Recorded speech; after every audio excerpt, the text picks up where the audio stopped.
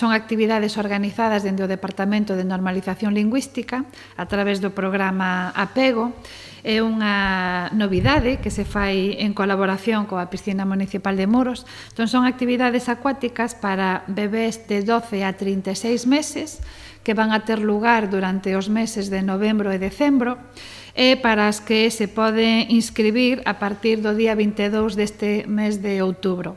Estas actividades serán, como digo, nas instalacións da Piscina Municipal de Muros, en horario de 7 a 7:30 da tarde, e son unhas actividades que veñen a complementar as moitas que xa ali se fan para todas as idades, ademais, non? Porque xa hai actividades de envellecemento activo para as persoas maiores.